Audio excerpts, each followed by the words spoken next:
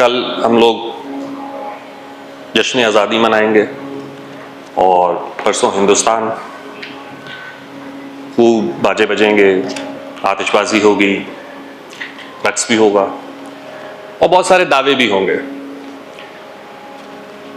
اور اس میں کوئی حرج بھی نہیں ہے۔ آزادی ہے، انگریز یہاں سے چلا گیا، خوشی کا دن ہے، بالکل اس کو خوشی کے ساتھ منانا بھی چاہیے۔ لیکن تاریخ کی کتابوں میں اس آزادی کے دن کو بٹوارے کے دن کے طور پہ لکھا گیا ہے، تقسیم کا لفظ استعمال ہوا ہے۔ تو کوئی بھی جگہ جب تقسیم ہوتی ہے تو عام طور پہ ہم جب بھی تقسیم ہند کی بات کرتے ہیں تو ہم اسے جغرافیے سے ماپنے کی کوشش کرتے ہیں کہ کہاں کہاں سرحد لگی تھی، کون سا علاقہ کس کو ملا تھا، کون سی تحصیل کس کے حصے میں آئی تھی، کس کا گھر چھنا تھا، کس کی عزت لٹی تھی، کس کا قتل ہوا تھا۔ یہ رہ جاتا ہے قربانی اور اس جیسے بڑے بڑے الفاظ کے بوجھ تلے کہیں دب جاتا ہے۔ تاریخ کی کتابوں میں آپ کو بہت سے حقائق مل سکتے ہیں، اور آپ کو تاریخ سے جڑے رہنا اس لیے بھی ضروری ہے کہ جو بھی آزادی آپ منائیں یا جو بھی آپ کا قومیت کا تصور بنے یا ملک کا تصور بنے، آپ کو اس کی بنیاد ضرور پتہ ہو۔ یہ خط بٹوارے کے وقت کے ہیں، اور ظاہر ہے کہ یہ خط لکھنا اٹ سیلف اس چیز کا اظہار ہے کہ یہ پڑھے لکھے لوگوں کی رائے ہے، وہ لوگ جو خط لکھ سکتے تھے، وہ لوگ جو پڑھنا لکھنا جانتے تھے۔ اس کے علاوہ بہت سے ایسے لوگ ہوں گے جن کے پاس بہت سی کہانیاں ہوں گی، اور وہ شاید تاریخ کے اوراق کا حصہ ہی نہیں بن سکی۔ ایک جگہ میں پارٹیشن کے اوپر بات کر رہا تھا، اور میں نے کسی سے بہت ہی ایک دکھی کہانی سن رکھی تھی، اور اس شو میں جب میں نے وہ کہانی سنائی تو اس کہانی کے اختتام پہ وہاں سے ایک خاتون گزری، اور انہوں نے مجھے جاتے جاتے صرف اتنا کہا کہ اگلی دفعہ میں آپ کو اپنی کہانی سناؤں گی کہ کیسے ہم اپنے ہی باپ اور بھائیوں کی لاشوں کے اوپر سے ٹاپ کے پاکستان آئے تھے۔ یہ ایک منظر ہی بہت ہے سمجھنے کے لیے، امیجن کرنے کے لیے۔ بہرحال یہ کچھ خطوط ہیں، اور ان کو اسی نظر سے دیکھیے گا کہ اس وقت جب آج تو ہم کوئی بھی تصور بنا سکتے ہیں، ہمارے پاس حقائق ہیں، کہاں سے غلطی ہوئی، کس نے حملہ کیا، کون متشدد تھا، کون سا رہنما غلط تھا، کون صحیح تھا، لیکن اس وقت جن پر یہ بیت رہی تھی انہوں نے کیسے دیکھا، کیسے محسوس کیا اور کیسے اس کو لکھا۔ یہ کوئی کسی شاعر یا ادیب کا کلام نہیں ہے، تو اس میں کہیں کہیں گرامر کی غلطی بھی ہو سکتی ہے، مذکر مؤنث کی غلطی بھی ہو سکتی ہے، کا کے کی غلطی بھی ہو سکتی ہے، کیونکہ یہ اصلی خطوط ہیں، اور جس وقت لکھے گئے لکھنے والے نے روانی میں جو مناسب سمجھا تو اس نے رقم کر دیا۔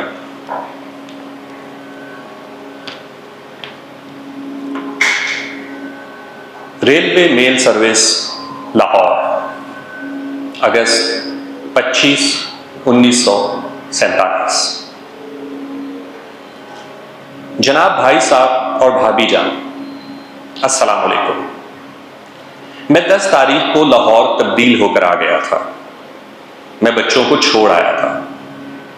بعد میں باؤنڈری کمیشن کے اعلان ہونے کے 1 گھنٹہ بعد سکھوں اور ہندوؤں نے مسلح ہو کر ایک ہی وقت میں شہر کے سب سے بڑے آدمیوں کے مکانوں پر بموں اور بندوقوں سے حملہ کر دیا۔ وہ سب لوگ فوجی وردی پہنے ہوئے تھے، موٹروں میں بیٹھ کے سارے شہر میں بم پھینکتے اور گولیاں چلاتے رہے۔ تمام رات یہی حالات رہے۔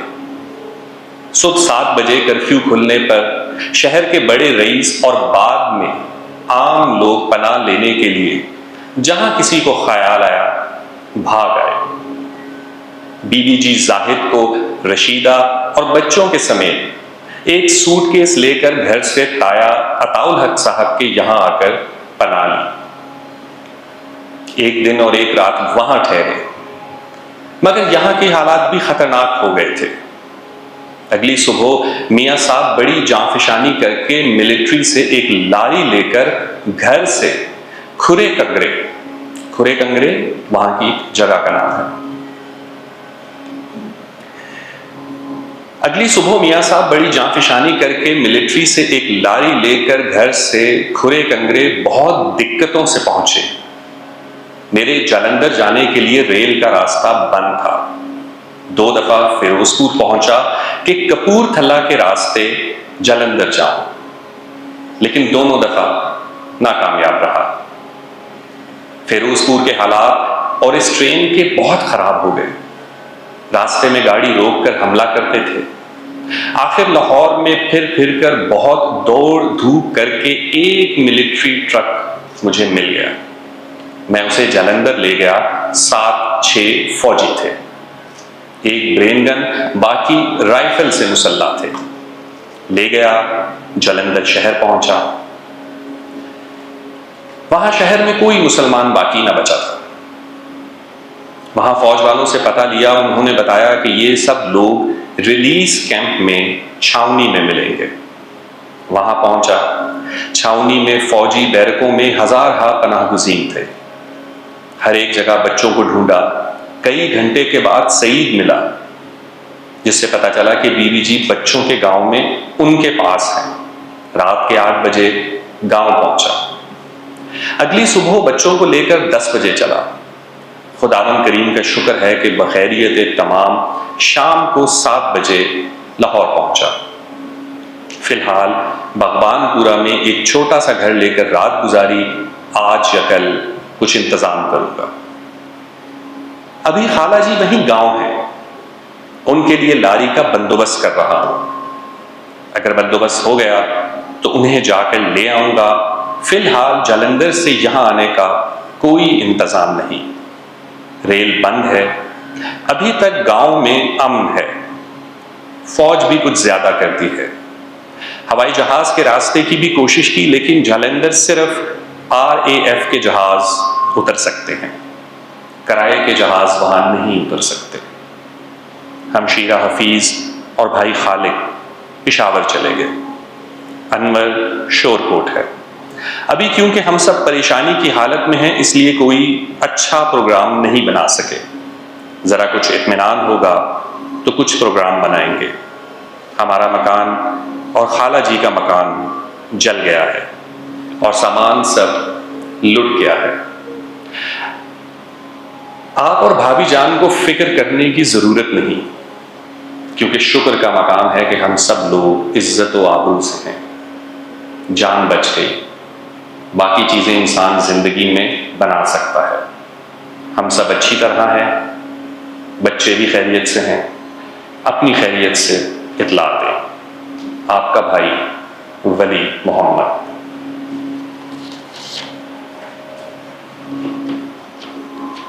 دوسرا خط،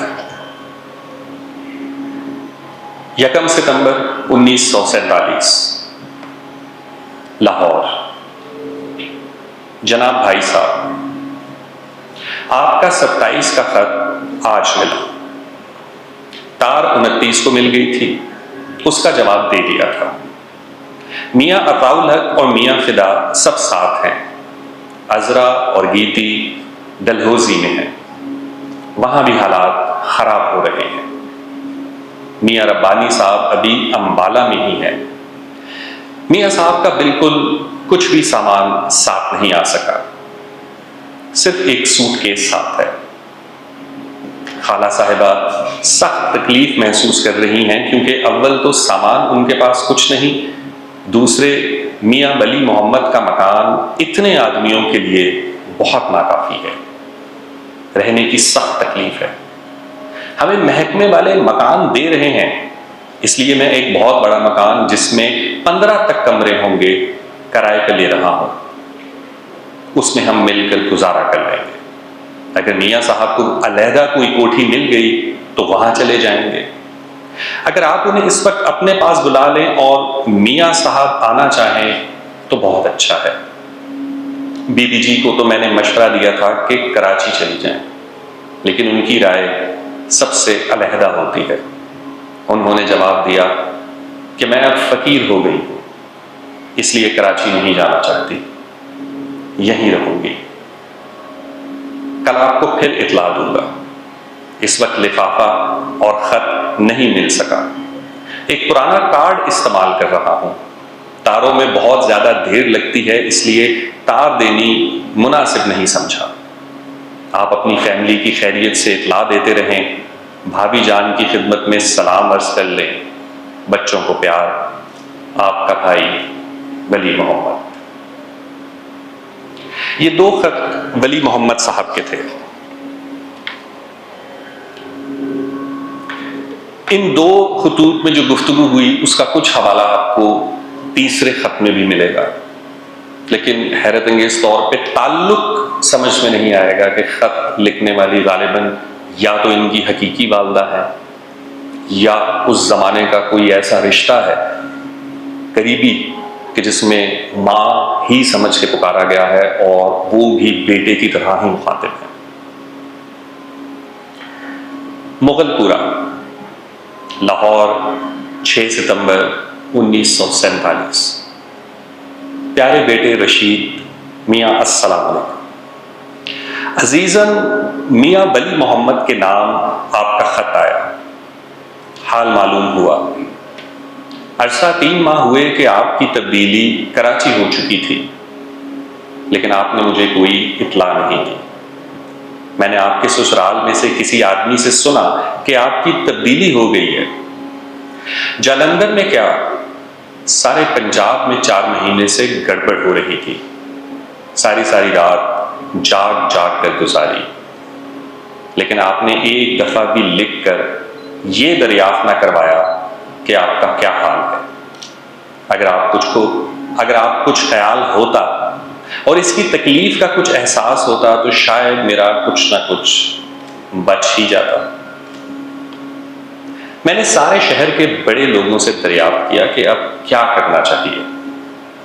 کسی نے مجھے تسلی بخش جواب نہ دیا. عید کی شام کو معلوم ہوا کہ قاضی صاحب یہاں سے جا رہے ہیں، کیونکہ ان کو خفیہ طور پہ بتایا گیا تھا کہ آج رات کو قاضی اور الیاس کو قتل کر دیا جائے گا.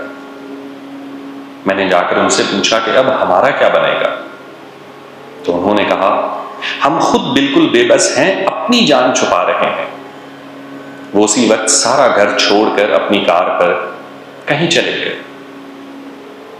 تمام رات گولہ باری ہوتی رہی. انہوں نے مورچے کو چوک ہی میں لگا دیا تھا. وہ گئے تو مسلمانوں نے مقابلہ کیا. تمام مرد تو ہمارے پرانے مکانوں پر کھڑے تھے اور سب عورتیں اور بچے ہمارے گھر پناہ لے رہے تھے. بوقت صبح ہمارے گھر گولیاں آنے لگیں. تمام مرد، عورتوں، بچوں نے وہاں سے بھاگ کر بھائی شریف کے گھر جا کر پناہ لی، لیکن تمام رات بم اور گولیاں چلتی رہی اور چوک میں مکانوں کو آگ بھی لگا دی. صبح 6 بجے تک بھائی شریف کے گھر میں سب رہے. پھر بھی سب نے یہی مشورہ کیا کہ سب گھر ہی رہیں گے. میں نے گھر آ کر 8 بکس کپڑوں کے ان کے گھر بھیج دیے. رحمت اللہ تیلی نے ہندوؤں کے گھر جا کر کہا کہ آپ ہمارے بادشاہ اور ہم آپ کی رعایا، ہم پر کچھ رحم کریں. تو انہوں نے جواب دیا کہ تم پر صرف اتنی مہربانی ہے کہ 5 منٹ میں محلہ خالی کر دو. پر میں نے زاہد کو آپ کے سسرال بھیجا کہ ہم آپ کے گھر آ جائیں، تو انہوں نے کہا کہ آ جائیں. تو ہم اسی وقت صرف زیور کی صندوقچی اٹھا کر گھر سے نکل گئے. ہمارے ساتھ سارا محلہ بھی وہیں گیا. وہ سب بیچارے دوپہر کو وہاں سے اپنی اپنی پناہ لینے جہاں جہاں ان کو جگہ ملی چلے گئے. ہمارے نکلنے کے بعد سامان لوٹ لیا اور گھر کو آگ لگا دی. اسی طرح کافی رہائشی مکان، دیوان خانہ، جوتیوں والا کارخانہ، غرض کے سارے کا سارا محلہ لوٹ کر جلا دیا.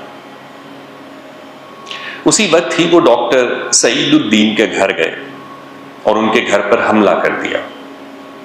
ڈاکٹر نے کہا 10,000 روپیہ لے لو اور ہمیں چھوڑ دو. روپیہ لینے کے باوجود بھی ان کو بمائے بیوی بچوں کے شہید کر دیا اور گھر لوٹ کر آگ لگا دی.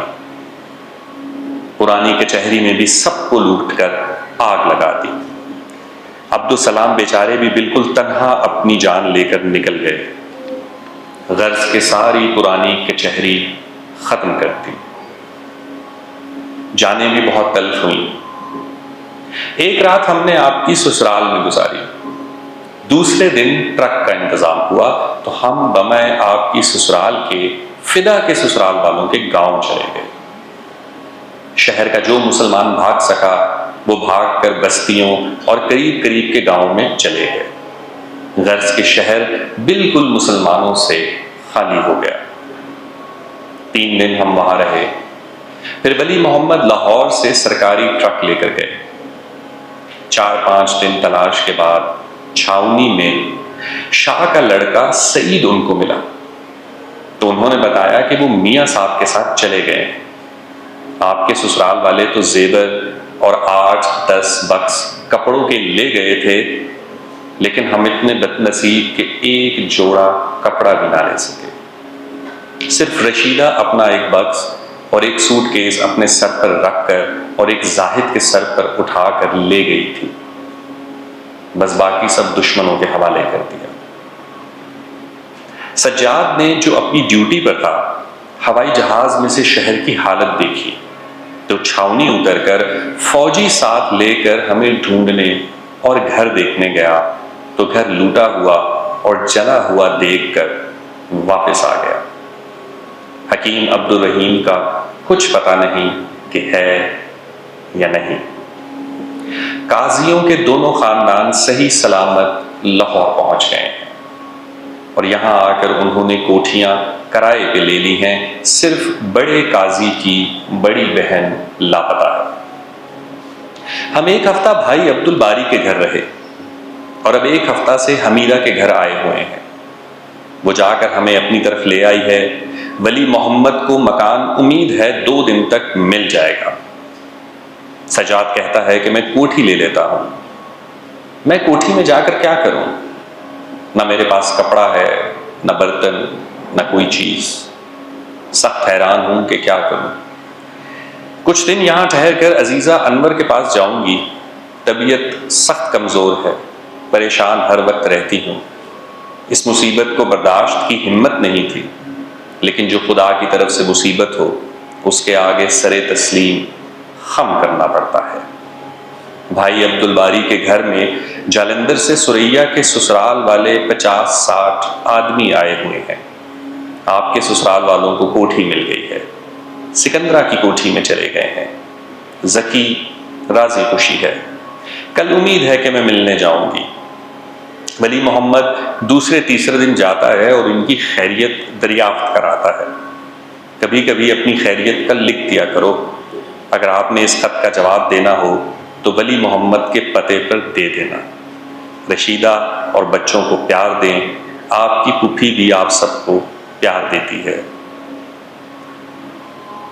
یہاں خط ختم ہو جاتا ہے، لیکن خط ختم ہونے کے بعد جیسے ایک خیال جو رہ گیا ہے اور وہ ایک کشمکش ہے کہ اس کو اتارا جائے یا نہ اتارا جائے۔ تو خط ختم ہونے کے بعد نیچے لکھا ہوا ہے، لوگ نقصان کی لسٹ بنا کر دے رہے ہیں، سجاد تو ابھی مانتا نہیں، آپ کی اس بارے میں کیا رائے ہے؟ دعا گو آپ کی والدہ سپرا۔ کہ لوگ سامان کی لسٹ بنا کر دے رہے ہیں، جس قدر نقصان ہوا تھا ہمیں تاریخ میں یہی بتایا کہ وہ آیا اور اس نے کلیم کیا اور اس کے بعد اسے وہ مل گیا۔ کسی نے کہا میرے وہاں پہ 2 گھر تھے، اسے یہاں پہ 1 گھر مل گیا، کسی نے کہا 4 گھر تھے تو یہاں 2 گھر مل گئے۔ اس میں بہت ساری بے ضابطگیاں بھی ہوئیں، بدعنوانیاں بھی ہوئیں، کرپشنز بھی ہوئی، اس دور میں بھی ہوئی۔ وہ لوگ جو آزادی اور ایک ایسے وطن کا خواب دیکھ کے نکلے تھے کہ شاید اب ہم تو مسلمان ہیں، ہمارے ساتھ تو ایسا کچھ نہیں ہوگا، لیکن ان کے ساتھ بھی وہی سب کچھ ہوا جو ایک مجبور انسان کے ساتھ ہوتا ہے۔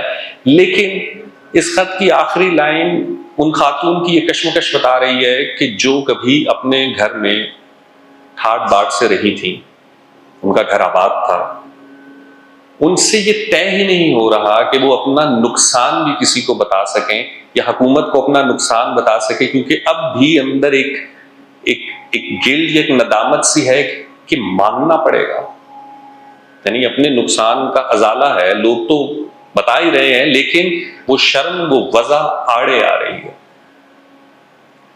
چوتھا خط جوش ملی آبادی صاحب کا ہے۔ آپ جوش ملی آبادی صاحب کے نام سے واقف ہیں، اردو ادب کے بہت نامور شاعر ہیں۔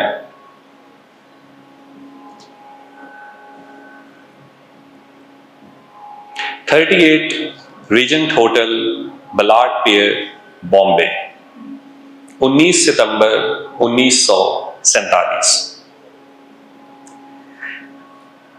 شفیقی، یہاں زندگی حرام ہو چکی ہے، ہر لمحہ جان جانے کا یقین ہے۔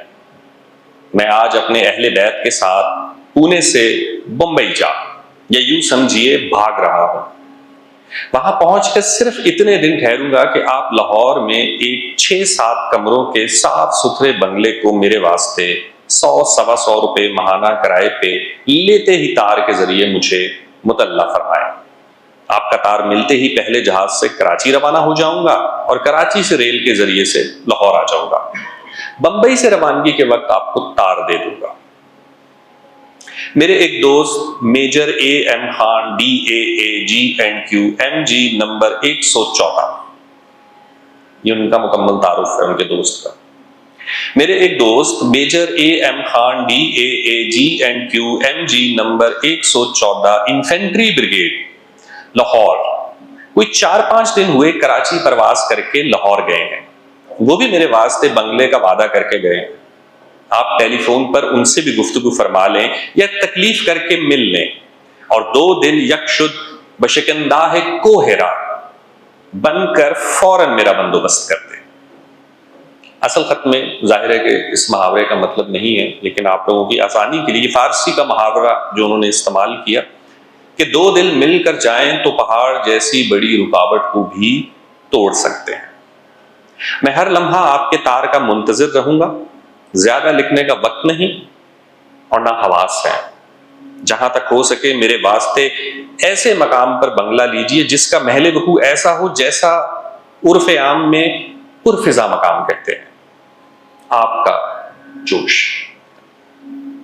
جوش شاعر تھے اور ان حالات میں بھی ان کے اسٹیٹکس کی ڈیمانڈ یہی تھی کہ ٹھیک ہے فسادات چل رہے ہیں، گھر بھی لٹ گیا، درپدر بھی ہو ہی رہے ہیں، لیکن اب جو نیا گھر ہمارے لیے اگر کوئی ڈھونڈ رہے ہو تو پرفضا مقام پہ ڈھونڈو تاکہ آنے والی زندگی تو اچھی ہو۔ تو یہ بھی ایک بات ہے کہ اگر آپ ان خطوط میں نوٹ کیجئے کہ کسی کو گھر کے جلنے کا اور لٹنے کا دکھ اس لیے نہیں ہے کہ وہ اپنی جان اور عزت بچا کے نکل آئے، یعنی جب فسادات ہوتے ہیں اور آپ ایک ہی وقت میں بہت زیادہ ظلم دیکھتے ہیں تو آپ کو اپنے ساتھ ہونے والے ظلم پہ شاید صبر آ جاتا ہے۔ اور کچھ ایسے بھی ہیں، میں تنقید نہیں کر رہا، میں جوش کا مداح ہوں، لیکن وہ ان حالات میں بھی کہہ رہے ہیں کہ چلیں پہنچ تو میں جاؤں گا لیکن آگے کا انتظام اچھا ہونا چاہیے۔ 5واں خط، اپوزٹ جہانگیر پورٹری، 2nd floor, Victoria road, Saddar Karachi 3، 23 اکتوبر 1947۔ میرے بہت پیارے ابا جی، آداب عرض۔ آخر آپ لوگ نہ آئے اور اتنے سخت انتظار اور پریشانی کے بعد مایوسی ہوئی۔ یہ 4 خط پرسوں ملے، 9 ستمبر کا لکھا ہوا، 16، 17 اور 18 اکتوبر کا لکھا ہوا، سب ساتھ۔ اگر آپ لوگ الہ آباد نکل آئے تو بہت اچھا ہوتا۔ خیر اب وقت نکل گیا، اب جب بھی آپ دلی یا الہ آباد نکل سکیں مجھے فوراً اطلاع دیں اور میں جہاز کا انتظام کروں گی۔ اس کے لیے مجھے کم سے کم 8 روز پہلے اطلاع ملنی چاہیے۔ چھوٹے ہوائی جہاز سے اتنے بڑے قافلے کا نکلنا بالکل آسان نہیں۔ بڑے ہوائی جہاز میں سب ایک ساتھ آ جائیں گے۔ میں جب یہاں زاہد حسین صاحب سے ملنے گئی تھی تو انہوں نے کہا تھا کہ وہ عنقریب اسپیشل ٹرین کا علی گڑھ سے دلی تک انتظام کروا رہے ہیں۔ وہ ہوا کہ نہیں؟ اس پر اگر آپ لوگ دلی نکل آئے تو وہاں سے بہت آسانی سے آ سکتے ہیں۔ ریحانہ ابھی پہنچی نہیں ہے، آج الہ آباد پہنچی ہوگی۔ کل بمبئی اور پھر یہاں، خدا کرے خیریت سے پہنچے۔ مجھ پہ تو اس زمانے میں اتنی پریشانیاں اور فکریں رہی ہیں کہ کچھ بے حس ہو چکی ہوں۔ ہاں، یہ آپ کو نہیں بتایا کہ میں ہوٹل سے فلیٹ میں آ چکی ہوں۔ کس طرح فلیٹ میں اس مشکل اور گڑبڑ کے زمانے میں کراچی میں ملا، یہ ایک لمبا قصہ ہے جو ملاقات پر بتاؤں گی۔ بہرحال سن کر ہمت کی داد آپ ضرور دیں گے۔ فلیٹ اچھا ہے، 4 کمرے، غسل خانہ، باورچی خانہ وغیرہ سب ہے، نیا بنا ہوا ہے اور بہت اچھی جگہ۔ حسن علی میرے پاس ہے۔ میں نے اپنے آخری خط میں اپنے بینک کے زیوروں کی رسید اللہ کا نام لے کر آپ کو بھیج دی تھی، امید ہے مل گئی ہوگی۔ اب اسے اپنے پاس ہی رکھیے، جب آئیے گا تو زیور نکلوا لائیے گا۔ خدا کرے بقرہ عید پر خیریت ہی رہے، سوائے دعا کے اور چارہ بھی کیا ہے۔ ہاں، اماں سے یہ کہہ دیجئے گا کہ بغیر سلے ہوئے ٹکڑے جتنے ہیں وہ سب سی ڈالیں، بغیر سلا کپڑا آنے نہیں دیا جائے گا۔ فرنیچر مکان کے ساتھ کرائے پر دے دیجئے گا اور فالتو چیزیں چاہیں بیچ ڈالیں۔ اسلام نبی صاحب کی لڑکی کا پتہ میں نے جیکب لائن کی لیڈی ڈاکٹر کو دے دیا ہے، جس کو میں جانتی ہوں، اور ان سے تاکید کر دی ہے کہ ان کا خیال رکھیں۔ میں خود بھی جا کر انہیں دیکھوں گی۔ زہرا بٹ یہاں سینٹرل ہوٹل میں ٹھہری ہیں اور میری اکثر ملاقات رہی ہے۔ بالکل بخیریت ہے، کہتی ہے کہ برابر علی گڑھ خط لکھ رہی ہے۔ اور کیا لکھوں، آپ سب سے ملنے کو اس قدر طبیعت بے چین ہے کہ کیا بتاؤں، سب کی صورتیں اور آوازیں بھول گئیں۔ جواب بھی اب غالباً بقر عید کے بعد آئیں گے۔ خدا سب کو خیریت سے ملائے۔ غزل سب کو آداب کہتی ہے۔ سب کو سلام اور پیار، آپ کی بیٹی فاطمہ۔ جس زمانے میں خط و کتابت بہت عام تھی، اس زمانے میں ایک محاورہ استعمال کیا جاتا تھا کہ خط آدھی ملاقات ہوتی ہے۔ اور آپ نے اگر پرانی فلمز دیکھی ہوں 80 یا 90 کی دہائی کی، یا ٹیلی ویژن کے ڈرامے، تو اکثر جب خط کا منظر آتا تھا تو خط میں ایک چہرہ بھی آتا تھا۔ وہ بظاہر تو ہمیں بہت ہی اب شاید مذاق لگے، لیکن جس شخص سے آپ کا تعلق ہوتا ہے نا، آپ اس کا لکھا ہوا خط اس کی آواز میں سنتے ہیں۔ پڑھ آپ رہے ہوتے ہیں، لیکن آپ کو بخوبی اندازہ ہوتا ہے کہ اس نے یہ بات کیسے کہی ہوگی۔ اگر اس میں طنز تھا تو وہ طنز کتنا ہوگا، اگر اس میں مزاح تھا تو اس کی کتنی، آپ کہہ سکتے ہیں کہ وہ جو حس ہے وہ کس طرح سے اس نے استعمال کی ہوگی۔ اس لیے خط و کتابت اس زمانے کے لیے رابطے کا ہی صرف ذریعہ نہیں تھا کہ آپ ایک دوسرے سے جڑے رہیں، بلکہ آپ ایک دوسرے کو اپنی زندگی کے بارے میں بتاتے رہتے۔ آپ نے نوٹ کیا ہوگا کہ خطوط میں افراد کا ذکر آ رہا ہے، لیکن ظاہر ہے کہ ان کی تفصیل نہیں آ رہی، کیونکہ جس سے بات ہو رہی ہے اس کو پہلی دفعہ تھوڑی بتایا جا رہا ہے کہ رشیدہ کون ہے یا ولی کون ہے، تو سب ایک دوسرے کو جانتے ہیں۔ اور یہ بھی ایک بڑی خوبصورت بات اس زمانے کے خطوط میں ہوا کرتی تھی کہ جب آپ کسی کو خط لکھتے تھے تو آپ صرف اپنا حال نہیں لکھتے تھے کہ میں ٹھیک ہوں یا میں نے یہ کیا۔ اب تو زمانہ ہے نا کہ جی مختصر، پریسائز اینڈ کنسائز بات کی جائے۔ اس وقت آپ ایک مکمل احوال بھیجا کرتے تھے کہ آس پاس کیا ہو رہا ہے۔ آج کا آخری خط 68 جودھ پور میس، نئی دلی، 15 جون 1948۔ جناب مرزا صاحب تسلیم، آپ کی خدمت میں تسلیم بجا لاتا ہوں۔ بہت دنوں سے یہ خواہش تھی کہ خط لکھوں، مگر نہ لکھ سکا، مگر دیوان صاحب سے آپ کا حال ہر وقت معلوم ہوتا رہا۔ مجھے اس بات کی بہت خوشی ہے کہ آپ بہت ہی اچھی طرح سے ہیں۔ دل تو بہت چاہتا ہے کہ کسی دن لاہور آ جاؤں، آپ سے ملنے کی امید ہو، مگر کیا کروں، ان دنیا والوں کے بنائے ہوئے اصولوں سے تنگ آ گیا ہو، اور اب تو ملٹری والے وہاں نہیں جا سکتے۔ اچھا، کبھی تو وہ دن آئیں گے کہ آپ کے دیدار کے حامل ہوں گے اور آپ کے قدموں پہ حاضر ہونے کا موقع ملے گا۔ دیوان صاحب اور سارے بہت ہی اچھی طرح سے ہیں، اور جتنا بھی ہو گاہے بگاہے ان کی خدمت کروں گا، اور دنیا میں اس کے سوا کیا ہے۔ ان سب کی خدمت کرنے میں کوئی کسر بچا نہ رکھوں گا۔ میری تو ہر وقت یہی کوشش رہی ہے۔ آج کل دفتر میں کام کافی زیادہ ہے اور سارا دن ایسے ہی گزر جاتا ہے۔ مجھے تو اسی طرح معلوم ہوتا ہے کہ اگر کسی کو گھر سے نکال کر باہر کر دیا ہو۔ دہلی تو ہمارے لیے پردیس ہی ہے، مگر کیا کریں، مجبوری ہے۔ آپ دلی آنے کی کوشش کریں اور تھوڑے دن ہمارے پاس رہیں تو ہمیں بہت خوشی ہوگی۔ سردار صاحب آئے تھے مگر ایک دن رہ کر سکندر آباد چلے گئے، اب تھوڑے دنوں میں آنے ہی والے ہیں۔ فہمیدہ اور شفیق اور ان کی والدہ کو میرا سلام عرض کریں، اور اگر میں کسی بھی طرح آپ کی خدمت کر سکتا ہوں تو حکم فرمائیں، بخدا میں کوئی کسر بچا نہ رکھوں گا۔ اب میں ضرور آپ کو خط لکھا کروں گا اور کبھی دیر نہیں ہوگی، اور سب خیریت ہے، سب کو میرا پیار دیں، آپ کا بیٹا وجے۔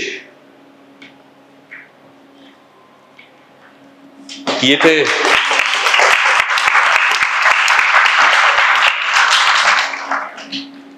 تھے کچھ خطوط، اور ان خطوط کو پڑھنے کا اور بالخصوص آج کے دن پڑھنے کا، کیونکہ کل ہم نے آزادی کو سیلیبریٹ کرنا ہے، ایک مقصد یہ بھی ہے کہ اپنی تاریخ سے بھی جڑا جائے، اور ایک مقصد یہ بھی ہے کہ تاریخ کو پڑھتے ہوئے ہم عام طور پہ کہتے ہیں کہ بہت ضروری ہے کہ آپ نے جذبات سے عاری ہو کے پڑھنا ہوتا ہے، جذبات کو روک کے، ایموشنل ہو کے نہیں، کیونکہ پھر آپ بائسڈ ہو جائیں گے۔ تو ہسٹری ہمیشہ پڑھی جاتی ہے ان بائسڈ ہو کے، لیکن ہسٹری کبھی ان بائسڈ ہو کے لکھی نہیں جاتی، وہ لکھی ہمیشہ جذبات کے زیر اثر ہوتی ہے۔ انفارچونیٹلی ہم جذبات کو نکالتے رہتے ہیں اور ہم حقائق اور فیکٹس کے اوپر کوئی آرگیومنٹ ون کرنے کی کوشش کرتے ہیں کہ جب فسادات ہوئے، جب سانحات ہوئے، جب جنگ ہوئی تو کون ٹھیک تھا اور کون غلط، کون جیتا اور کون ہارا، کون ظالم تھا اور کون مظلوم، عام طور پر۔ حقائق ضروری ہیں دلائل کے لیے، اور دلائل ضروری ہیں بحث جیتنے کے لیے۔ کسی کے ایموشن سمجھنے کے لیے آپ کو دلائل کی ضرورت نہیں پڑے گی۔ انسانیت سب سے بڑا آرگیومنٹ ہے۔ ظلم یہاں بھی ہوا تھا، ظلم وہاں بھی ہوا تھا۔ یہ بہت سے خط ہیں جو شاید ہم سے وابستہ ہیں، تو ہم اس لیے ان سے ریلیٹ بھی کر سکتے ہیں۔ ایسے بہت سے خط سکھوں نے، ہندوؤں نے، کرسچنس نے اور پارسیوں نے بھی لکھے ہوں گے، کیونکہ جس کا گھر اس سے چھینا جائے، وہ کسی بھی جگہ پہنچ جائے، وہ زندگی بھر اپنے گھر کو نہیں بھول سکتا۔ آج ہم گھر میں رہتے ہیں، شاید ہمیں اس کی اس طریقے سے اہمیت کا اندازہ نہیں ہے، لیکن جن لوگوں پر اس طریقے سے قیامت ٹوٹے کہ آپ کو بس بھاگنا ہو اور آپ کو یہ خبر ہی نہ ہو کہ آپ نے کہاں جانا، وہ تمام عمر نہیں بھول سکتے۔ انتظار حسین صاحب نے ایک جگہ کہا تھا کہ انسان کی زندگی کا ایک سانحہ اس کی تمام عمر کے آرٹ کی تخلیق کے لیے کافی ہے۔ پارٹیشن کے بعد ہم نے بہت بڑے بڑے ادیب دیکھے، اس کی بھی شاید وجہ ایک یہی تھی کہ انہوں نے بہت کلوزلی پارٹیشن کو دیکھا تھا، لیکن انہوں نے پارٹیشن کو حقائق کے بجائے ایموشن کی بیس پہ دیکھا۔ انہوں نے سکھوں کا، ہندوؤں کا، پارسیوں کا دکھ درد بھی ویسے ہی محسوس کیا جیسے انہوں نے اپنے گھر کے لوٹنے کا یا اپنے کسی کے قتل ہونے کا محسوس کیا تھا۔ ایسے ہی بہت چیزیں آج بھی ہمارے سراؤنڈنگ میں چل رہی ہیں۔ ہو سکتا ہے ہماری آنے والی نسلیں ہمارے خطوط، ہماری واٹس ایپ چیٹ یا ہماری ای میلز پڑھ رہی ہو، تو اس لیے ضروری ہے کہ آپ بھی رابطے میں رہیں، جو سچ ہے وہ لکھیں، ایک دوسرے کے ساتھ شیئر کریں۔ اس ملک میں جہاں جہاں کہیں آپ کا کوئی تعلق ہے، اس کو ذات پات، رنگ، نسل، فرقہ اور مذہب سے بالاتر ہو کے دیکھیں، اسی بنیاد پہ رشتہ بنائیں، اسی بنیاد پہ تعلق قائم کریں اور اسی بنیاد پہ زندگی گزارنے کی کوشش کریں۔ آپ سب کا بہت شکریہ۔